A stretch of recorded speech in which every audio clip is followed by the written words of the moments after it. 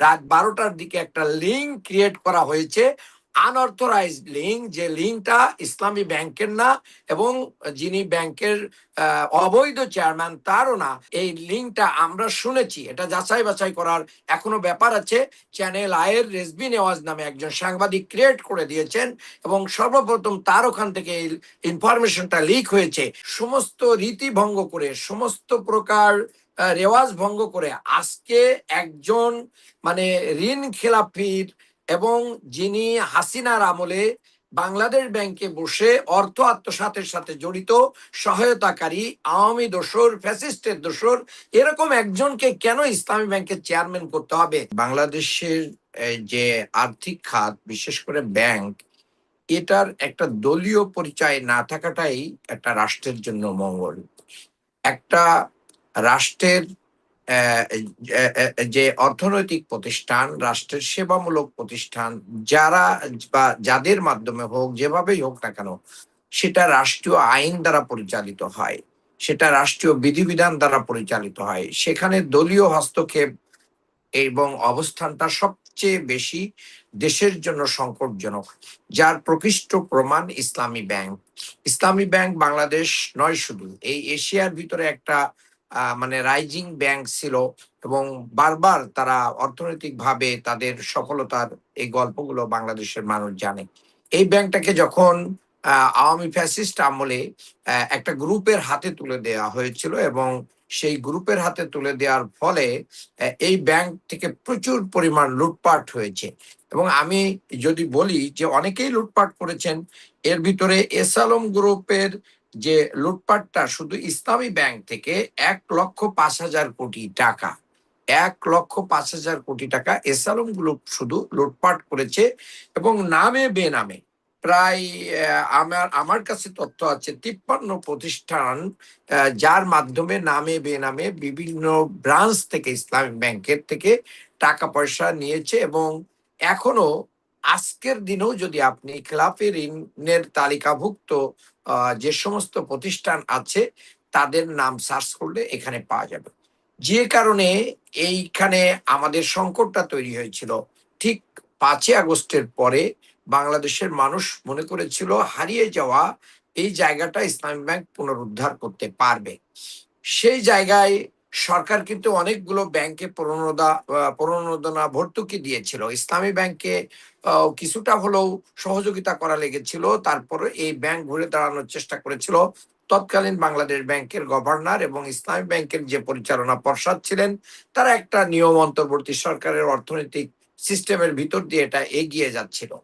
সে সময় এস আলম গ্রুপকে বিভিন্নভাবে সহযোগিতা দেওয়ার বিষয়টা ছিল। এখন এই ব্যাংকের প্রায় 82% শেয়ার রয়েছে এস আলমের। এখন তাদের যে পরিমাণ মানে টাকা এখান থেকে তারা লুটপাট করেছে, তার 21 গুণ তারা 21 গুণ লুটপাট করেছে তাদের শেয়ারের তুলনায়। তাদের এখন যে পরিমাণ টাকার শেয়ার আছে তার চেয়ে 21 গুণ টাকা এখান থেকে তারা লুটপাট করে নিয়ে গেছে। মূলত বাংলাদেশের মানুষকে বোকা সাজিয়ে বাংলাদেশ ব্যাংককে ঘুম পাড়িয়ে বা ম্যানেজ করে অথবা সরকারকে ম্যানেজ করে, নির্বাচিত যে সরকার জনগণের আকাঙ্ক্ষা পূরণ করবে তাদেরকে ম্যানেজ করে এটা করা হয়েছে। আমরা এই নির্বাচিত সরকারের আমলে যেটা দেখতে চেয়েছিলাম, বাংলাদেশ ব্যাংকের যিনি গভর্নর হলেন উনি রাজনৈতিক দৃষ্টিকোণ থেকে নিয়োগ পেয়েছেন। এটা কখনোই হয় না। হ্যাঁ, রাজনৈতিক দৃষ্টিভঙ্গি থাকে, পছন্দ অপছন্দ থাকে, কিন্তু একবারেই রাজনীতিবিদদের তালিকার ভিতর থেকে নিয়ে যদি কাউকে দায়িত্ব দেওয়া হয় এটা খুবই আপত্তিকর। সেটা হয়েছে। আর যাকে সম্প্রতি গত কালকে যিনি চেয়ারম্যান হিসেবে জয়েন করার কথা, যাকে নিয়ে কেন্দ্র করে এই ঘটনা, তিনি খুরশিদ আলম সাহেব। তিনি ফ্যাসিস্ট আমলে 5ই আগস্টের সময় বাংলাদেশ ব্যাংকের দেশপ্রেমিক কর্মকর্তা কর্মচারীদের আন্দোলনের মুখে তিনি কিন্তু পদত্যাগ করতে বাধ্য হন এবং এস আলমকে যে বিভিন্নভাবে সহযোগিতা করেছেন তার প্রমাণ কিন্তু রয়েছে। আমরা খুব অবাক হয়েছি যে জামাত ইসলামী এখানে কোনো কর্মসূচি দেয় নাই। জামাত ইসলামী এই ব্যাংক নিয়ে সরকারের ব্যবস্থাপনার জন্য উদ্বেগ জানিয়েছে, বিবৃতি দিয়েছে। বাট গ্রাহক যার টাকা আছে এখানে, সেই টাকা ইসলামী ব্যাংক হওয়ার কারণে যারা ইসলামকে ভালোবাসে, যারা সুদমুক্ত ব্যাংকিং চায়, তারাই তো এখানে আসবে।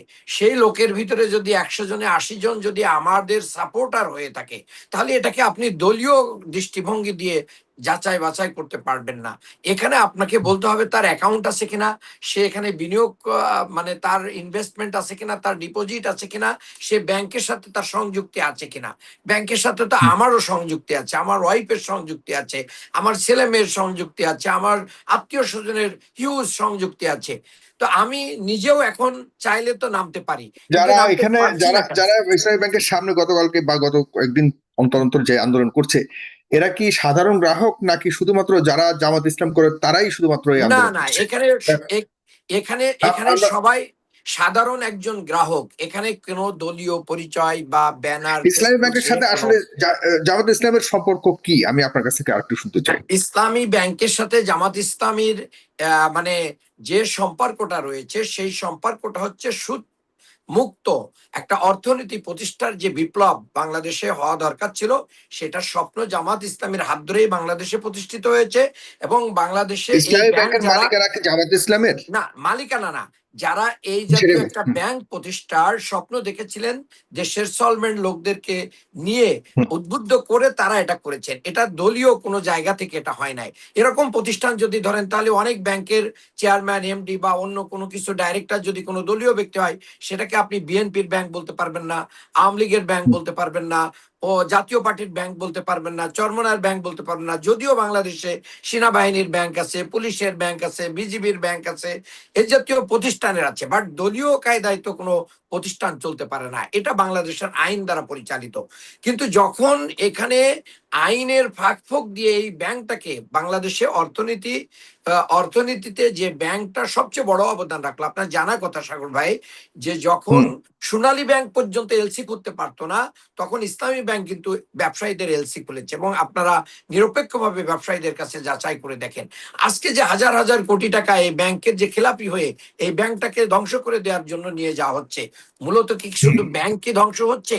এখানে তো ধ্বংস হচ্ছে বাংলাদেশের অর্থনীতি, বসে যাচ্ছে বাংলাদেশের অর্থনীতি। তাহলে আমরা একটা ইসলাম শব্দ নাম থাকার কারণে যদি সেটাকে যদি ব্যর্থ করতে চাই, তাহলে বাংলাদেশই ব্যর্থ হবে আজকে। কিন্তু কিন্তু কিন্তু ইসলাম নাম থাকার কারণে ব্যর্থ হয়ে যাওয়ার বিষয়টি ঠিক এভাবে দেখছে না। জনগণ মনে করছে যে সরকার বাংলাদেশ ব্যাংকের কাছে এই ইসলামী ব্যাংকের দায়িত্ব দিতে চাচ্ছে, কিন্তু আপনারা জামাতে ইসলাম আসলে এই ইসলামী ব্যাংকটাকে আপনারা আপনাদের কাছে আপনাদের নিয়ন্ত্রণে রাখবার জন্য ইসলামটাকে ব্যবহার করে আপনারা সেই চেষ্টাটা করে যাচ্ছেন। সাগর ভাই, এখানে আপনাকে বর্তমানে যেভাবে আছে এই জায়গাটাকে কেন বিতর্কিত মনে হচ্ছে আপনার কাছে? আচ্ছা মানে যেভাবে দেখেন, এই বাংলাদেশ যে ব্যাংকের নিয়ন্ত্রণে যাচ্ছে, বাংলাদেশ ব্যাংকের পক্ষ থেকে সেখানে চেয়ারম্যান নিয়োগ দেওয়া হয়েছে, এটিকে আপনারা কেন মানতে পারছেন না? আচ্ছা দেখেন, আমি আপনাকে খুব ক্লিয়ারলি বলি যে আজকে যে খুরশিদ আলম সাহেব, তার ব্যাপারে একটা নিউজ ক্লিয়ার হয়েছে হ্যাঁ, গণমাধ্যমগুলোতে, যে তার স্ত্রী এগ্রো ক্রস নামে একটা কোম্পানির, তার স্ত্রী 3 কোটি টাকার তিনি ঋণ খেলাপি, তার স্ত্রী। আমি, তিনি নন। হ্যাঁ। তিনি নন, এটা আমি তার কথা হুম, বলছি না, বাট হুম। একজন স্বামী হিসেবে এই দায়বদ্ধতা কিন্তু তার আছে। তিনি গ্রান্টার কিনা আমি জানি না, অনেক মিডিয়া বলছে তিনি গ্রান্টার থাকতে পারেন, বাট আমি এটা কনফার্ম না, সেহেতু আমি এটা বলছি না। বাট স্বামী হিসাবে, তিনি সুবিধাভোগী হিসাবে এইটার দায় এড়াতে পারেন না।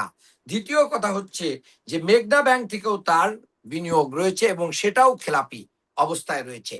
আমাদের কাছে যে তথ্য রয়েছে, এই তথ্য আমরা বাংলাদেশ ব্যাংক এবং সরকারকে যাচাই করতে বলবো।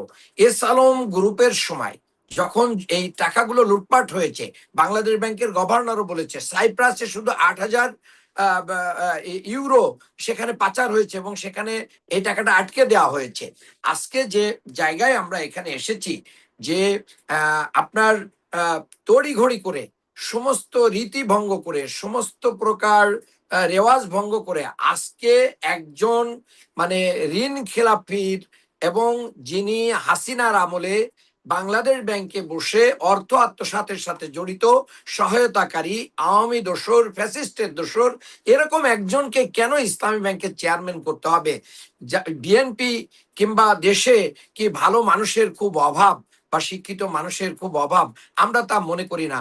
মূলত এস আলম এবং ফ্যাসিস্টদেরকে সহযোগিতা করার জন্যই এই নিয়োগ দেওয়া হয়েছে, যেটা গ্রাহকরা তাদের যতটুকু সম্পদ বা টাকা এখানে জমা আছে সেই টাকাটা নিরাপদ করার জন্যই তাদের আন্দোলন। মূলত মানে কোনো ব্যক্তির বিরুদ্ধে, ব্যাংকের বিরুদ্ধে, দলের বিরুদ্ধে এই আন্দোলন না। বাংলাদেশ সরকার এবং এই ব্যাংক, বিশেষ করে বাংলাদেশ ব্যাংক যত দ্রুত এটা বুঝবে, ততই বাংলাদেশের এই ব্যাংকটা, যেটা হাজার হাজার মানুষের মানে আস্থার জায়গা। আপনি যদি হিসাব করেন, 5ই আগস্টের পরে আমাদের 5ই আগস্ট আন্দোলনে যে রেমিটেন্স শাটডাউন করেছিল প্রবাসীরা, তারপরে বাংলাদেশে যে পরিমাণ রেমিটেন্স এসেছে, এটা কিন্তু এই আস্থার জায়গা ফিরে আসার কারণ হয়েছিল। সেটা ওমর ফারুক সাহেবদের এবং অন্তর্বর্তী সরকারের পলিসি, যারা এমডি ছিলেন ওমর ফারুক সাহেব, অন্তর্বর্তী সরকারের পলিসির কারণেই কিন্তু এটা সম্ভব হয়েছিল। কিন্তু বিনা নোটিশে, উইদাউট রিজনেবল কজ তাদেরকে এখান থেকে সরাই দেওয়া হয়েছে। আপনি জানেন যে একসময় 2017-তে এই ব্যাংকের পরিচালনা পরিষদের এবং এমডি সহ তাদেরকে ডেকে নিয়ে যে ডিজিএফআর অফিসে কি করা হয়েছে, তাদেরকে রিজাইন করে জোর করে ব্যাংকের মালিকানা দিয়ে তুলে দেওয়া হয়েছিল। ঠিক একই কায়দায় আবার কালকেও আমরা দেখেছি যে প্রশাসনের কর্তা ব্যক্তিরা, যে এমডি, ভারপ্রাপ্ত এমডির রুমে বসে থাকেন এবং এমডির রুমে বসে থাকেন এবং সেখানে যে কোনো মূল্যে মিটিং করানোর কথা বলেন।